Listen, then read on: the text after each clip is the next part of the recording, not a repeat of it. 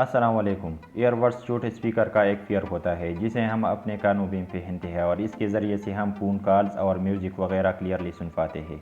लेकिन रुकिए, क्या आप जानते हैं कि ईयरबड्स पर लाउड म्यूज़िक सुनने से आप अपने सुनने की समात यानी सेंस ऑफ हियरिंग खो सकते हैं। लेकिन कैसे?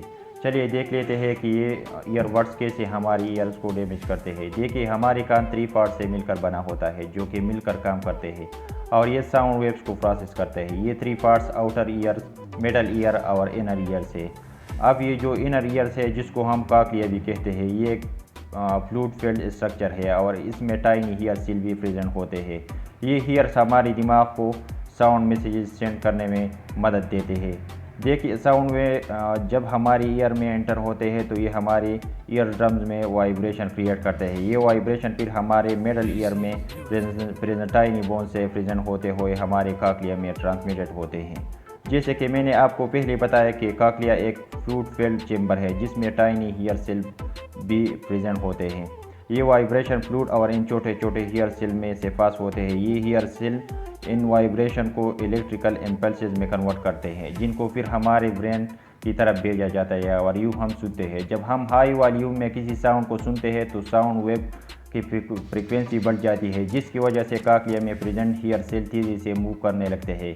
अगर हम continuously high frequency sound wave को सुनते रहे तो हमारे कॉक्लिया में प्रेजेंट ये टाइनी हीयर सेल डैमेज होने लगती है जो कि हियरिंग लॉस का सबब बन सकता है। अब यहाँ आपको बताता चलो कि हमारे कान 70 dBA तक साउंड वेव को सेफली सुन पाते हैं। 60 बाई 60 मिनट रूल को अपनाकर हम सेफली अपने कानों को किसी भी किस्म का डैमेज पहुंचाए बगैर ईयरबड्स का इस्तेमाल कर सकता है। इस रूल का एक कारण से जब भी आप ईयरबड्स का इस्तेमाल करें तो कोशिश करें कि वॉल्यूम को 60% तक रखें और इसके अलावा ईयरबड्स को कंटिन्यूसली 60 मिनट से ज़्यादा यूज़ न करें। इसके अलावा ईयरबड्स एक और तरीके से भी हमारी ईयर्स को नुकसान पहुंचाते हैं। वो ऐसे कि जब हम ईयरबड्स को पहनते हैं ईयर्स हमारे कानों में एंटर हो नहीं पाती जिसकी वजह से हमारा ईयर कनाल नम रहता है जिसको बैक्टीरिया और फंगाई के लिए एक साजगार माहौल बन जाता है जो कि हमारे कान का इन्फेक्शन का सबब बन सकता है।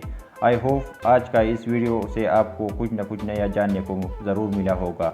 जाते जाते हमारे चैनल को विज़िट करके ज़रूर सब्सक्राइब कर दीजिएगा। शुक्रिया। अल्लाह हाफिज़।